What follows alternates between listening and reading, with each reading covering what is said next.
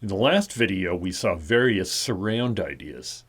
Here we see how Barry and Clifford Brown use these in improvisation.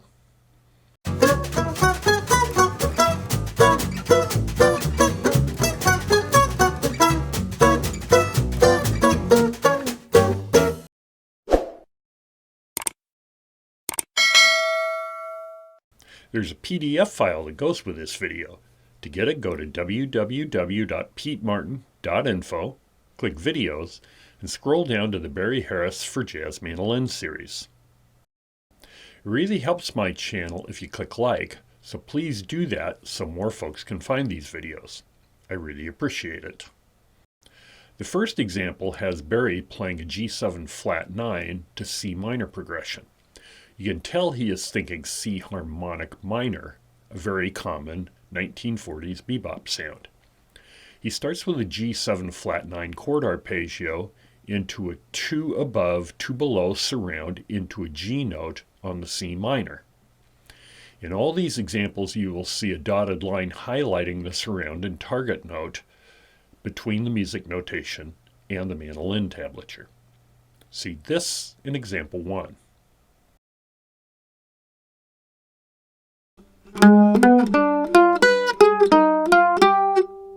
It is not unusual to see more than one surround in a single line. In this video, we will see several lines that have more than one. The next line is a D7 to G.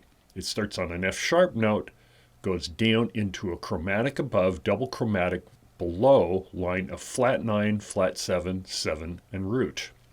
This is followed by a second chromatic above, double chromatic below line of flat 7, 5, sharp 5 of D7 into the third of G.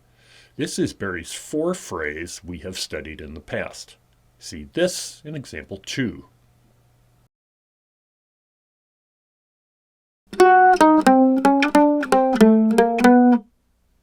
The next example is a phrase Barry learned from Charlie Parker and taught in a class. It is a D7 to G phrase that also includes the tritone, in this case a flat 7 line leading to G. The line starts on a flat 7, down to 1, and up chromatically to 2, then back up to flat 7. Chromatically down to flat 5, which is the note A flat, and the root of the chord Parker is thinking of, the A flat 7. Now the same 3-note idea as he played on D7, down to the root, up chromatically to the 2. Then 6, 5, and down to 3, and up chromatically to the 5th of the G chord. The surround is A flat A, B flat C, C sharp from below, and F and E flat from above into D. This is a 7-note surround, and you can see the creative genius of Charlie Parker in this. See this in example 3.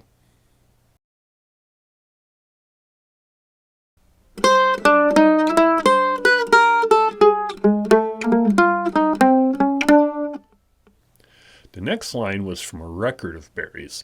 It is a short C7 line. It goes 3, flat 9, 1 into a chromatic 2-note surround of flat 6, flat 5, and 5. See this in example 4.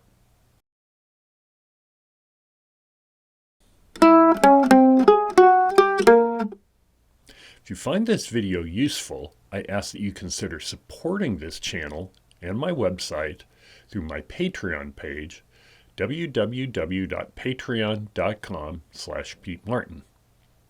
For a very low monthly price, you allow me to keep adding content on my YouTube channel and website.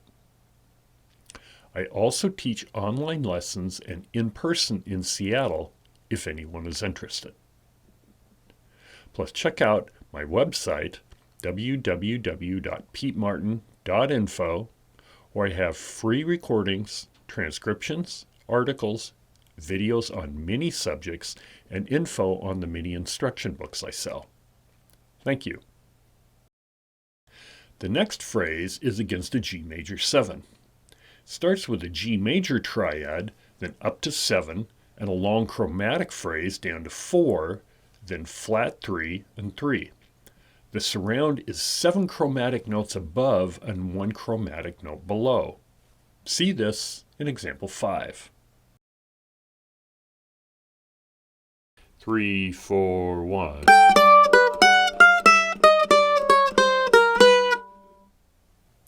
The next phrase is over a 2-5-1 progression in E-flat major. It starts with a common bebop sound of a half step into a triplet chord C, E-flat, G, B-flat, then a long chromatic phrase down to D-flat, then the surround of B and A into B-flat, the fifth of an E-flat chord. See this in example 6. 3, 4, 1.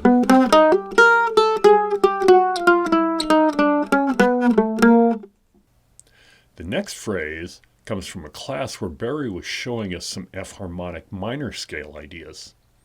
Against an F minor chord, Barry ascends on the root and ascends an F minor arpeggio to F an octave higher, goes up to G, descends the F harmonic minor scale to D flat. Here into a surround of B flat, B, and ends on C, the fifth of F minor. See this in example 7.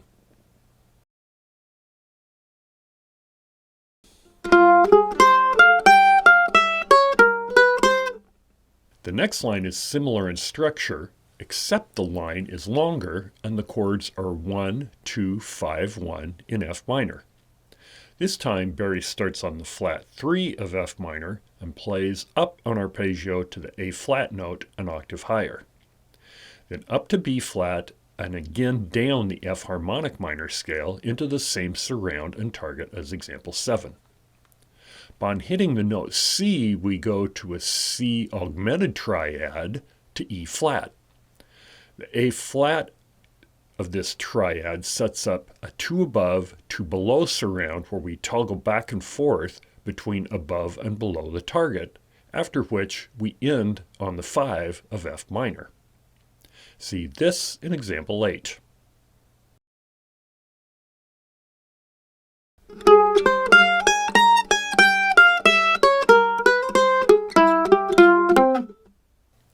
The next line is a 1-5-1 in B-flat major and features 3 surrounds. Starts with a triplet and descends the scale to B where Barry goes up a diminished chord, the last 2 notes of which surround the note G, the 9 of the F7 chord. Although they aren't used often, target notes don't always have to be 1, 3, 5. Up a triad into the F7 scale and into C, which was surrounded by B-flat and D. Then after a rest, G flat, F, and E flat into C, C sharp, which surrounds D, the third of B flat. See this in example 9.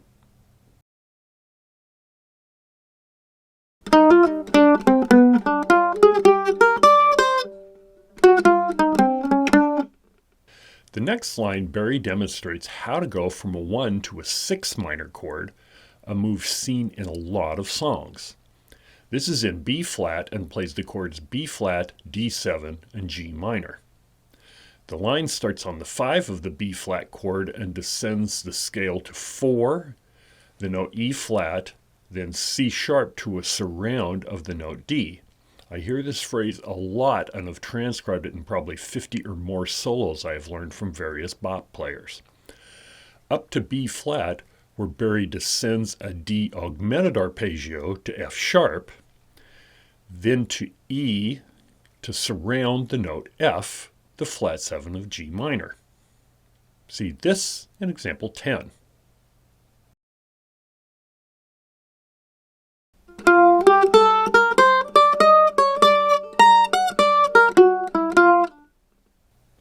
Two lines from trumpet great Clifford Brown here. Among the players I have listened to a lot, Clifford probably used surround more than anyone else and had some very sophisticated ways he applied it. The first one I stole and use a lot. It is for a 5-1 progression in F major. Starts on C7 with the half step below into a triplet chord E up to D. Here starts a whole step above, whole step below, half step above, half step below, into a target that ends on C. Up to a B flat, which makes a surround into A, then end on F. We see this in example 11. 1, 2, 3. This last one is one of my favorite all-time Clifford Brown lines. It is against a C7 chord, starts on G, descends the C7 scale to E, then a series of 6 chromatic half-step surrounds into E flat, D, D flat, C, B, and B flat notes. This is so cool since it highlights the sharp 9, 9, flat 9, 1, 7, and flat 7 of the C dominant chord. Then down to G to end the phrase. See this in example 12. 1, 2, 3.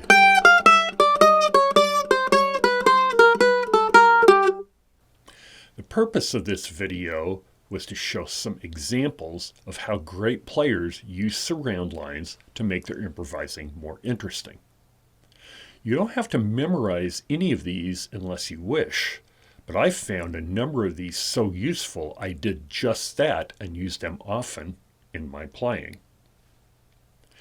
Your assignment is find ways of using surround ideas and practice them until you get them into your playing. Be sure to subscribe, click the bell icon to be notified of new videos, click like, and check out my website and Patreon page. I'm Pete Martin. Thanks for watching.